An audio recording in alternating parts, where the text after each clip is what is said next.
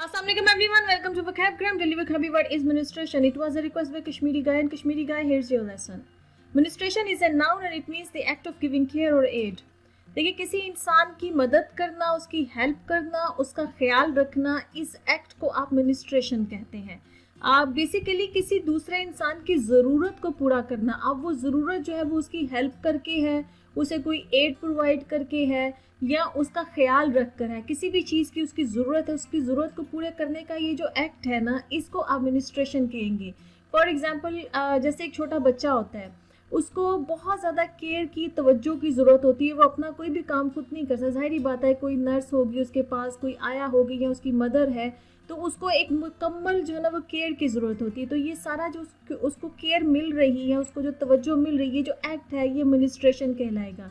इसी तरह से जैसे प्लांट्स होते हैं, प्लांट्स को जब ग्रो करने के लिए आपको कितनी केयर की ज़रूरत होती है, उनकी कितना उनका ख्याल रखना पड़ता है, हर चीज़ का, उनका पानी का एक टाइम पे पानी मिले, उनको ज़्यादा धूप ना लगे या वो ज़्यादा छाँव, मतलब जो उनकी ज़रूरत है, हर ज़रूरत का जो ख्याल रखना होता है, तो वो एडमिनिस्ट्रेशन कहलाएगा। इसी तरह से खुदा न ख्वास्ता अगर कोई इंसान बीमार पड़ गया है, तो एक बीमार इंसान को जाहिर है कि किसी अटेंडेंस की ज़रूरत होती है, कोई अटेंडेंट हो जो उसका ख्याल रखे, वो कोई भी हो सकता है, ठीक है।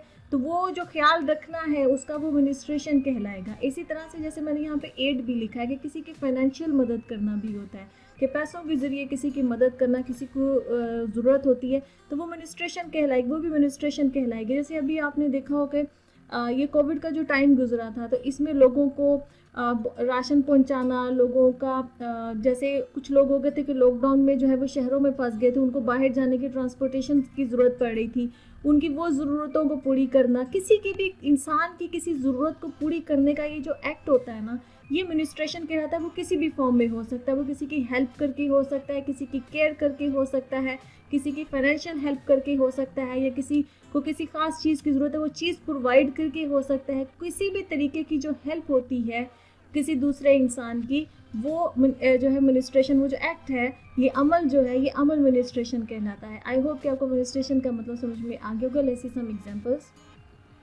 Our first example is I couldn't have recovered from my accident without the administration of my lovely wife.